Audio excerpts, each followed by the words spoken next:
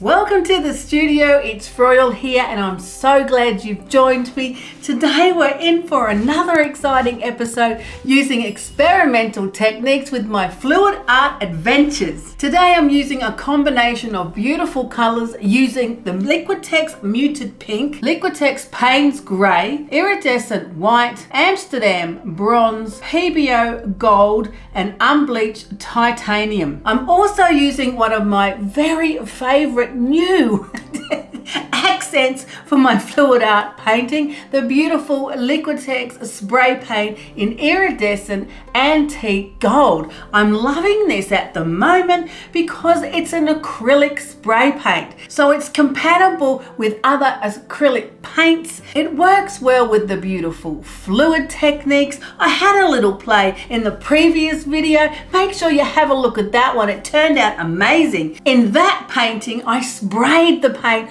onto the painting.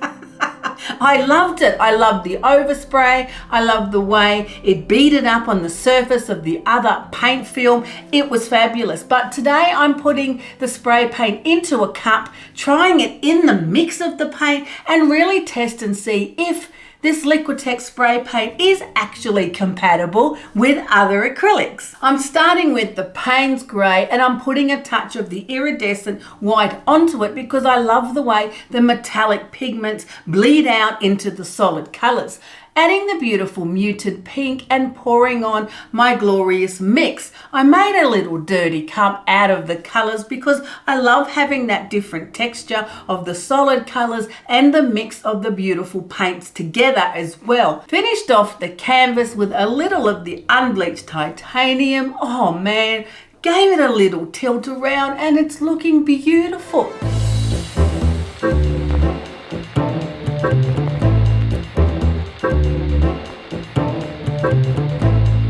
And then it all went to custard.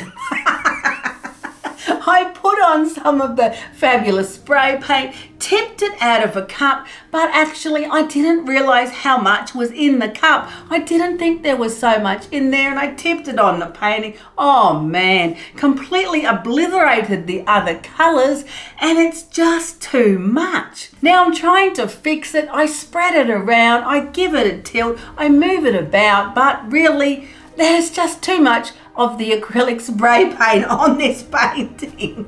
So then I tried to fix the composition by picking up the paint that had gone over the side of the canvas, putting it on and creating a bit more of a solid pattern. I even add some of the little gold onto it. It kind of looks like flowers. Do we like it? Oh man, I don't think so. What do you think? I'm trying really hard to create a beautiful pattern and composition here, but oh man, I don't think I'm liking it at all. It's just not easy when your painting's not working. This is how it finished up. On the table, I left it to dry. I poked at it. I tried swirling paint on it. I added little touches here and there. But really at the end of the day, I'm not feeling it. Here it is dried and it's really not looking much better. Well, I don't think it does. What do you think? I think it just looks a bit of a mess. And the bottom section where I put in my random mix of colors, something in it wasn't happy and it cracked. Not all of these paints actually like to play together. And that's what I'm finding out as I experiment with these paintings, which I do love. It's also another good reason to use small canvases.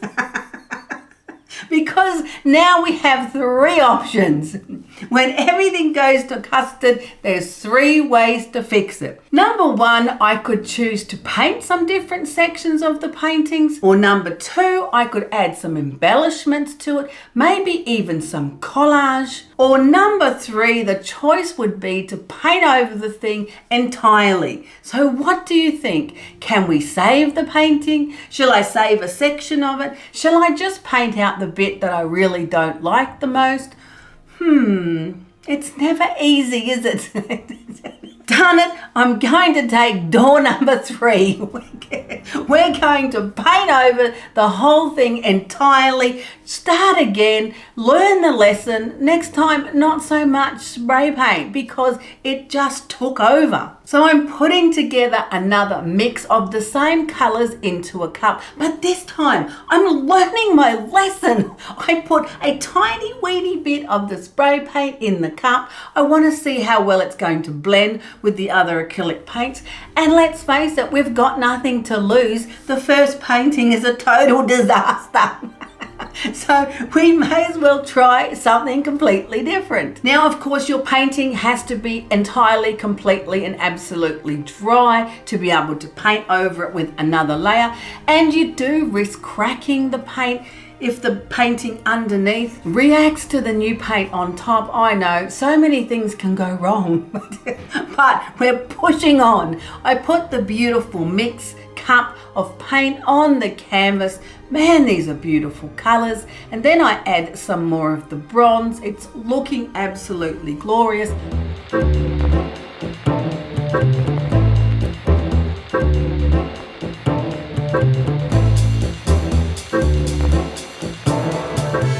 I was feeling a little brave and a lot more restraint. I put some of the beautiful iridescent antique gold onto the painting in some areas just a little bit. Learned the lesson very well. Gave the painting a tilt, moved it around. I'm loving it. This spray paint blended in so beautifully with the acrylic pour. They're meant to be together. They just are. It looks fabulous. It's creating such a great texture. I'm loving it. Now, my biggest fear is that it could all go to pieces, crack up as it's drying. They might not really be that compatible, but I guess we're just going to have to wait and see. It's looking pretty beautiful now. So here it is, all nice and dry, absolutely beautiful. It's got a very marble kind of look to the composition and the texture. Have a look at how glorious the spray paint looks in the mix of the other acrylic paint. It worked really well. I don't have any cracks, which is amazing. And I've just got this beautiful soft blend of color. I absolutely love this section here with the texture of the spray paint. I do think the spray paint's a very successful addition to the fluid art experiment. I'm absolutely loving it. Now remember, this is the Liquitex acrylic spray paint. This is not an enamel paint. I might try the enamel, I just haven't yet. I really do love the marble effect of the colors and the texture in this painting, and it survived really well considering this is a second coat. This is the second layer of the painting. I think it's handled it very well. I love that it's so small because my experiments are very concise.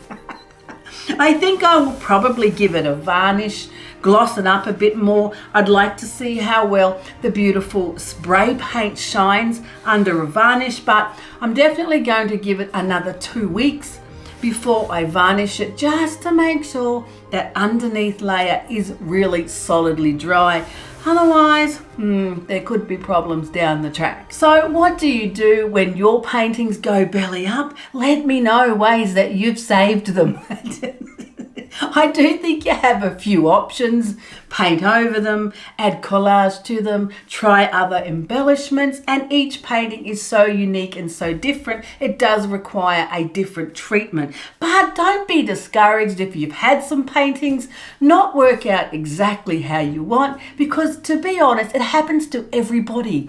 It's just that other people don't tell you. Pick yourself back up again, try another idea, march on, and see what beautiful paintings you can create next time. So I hope this inspires you today. Don't forget, you'll find more information in the description under the video. Keep creating beautiful paintings, and I hope to see you again next time in the studio.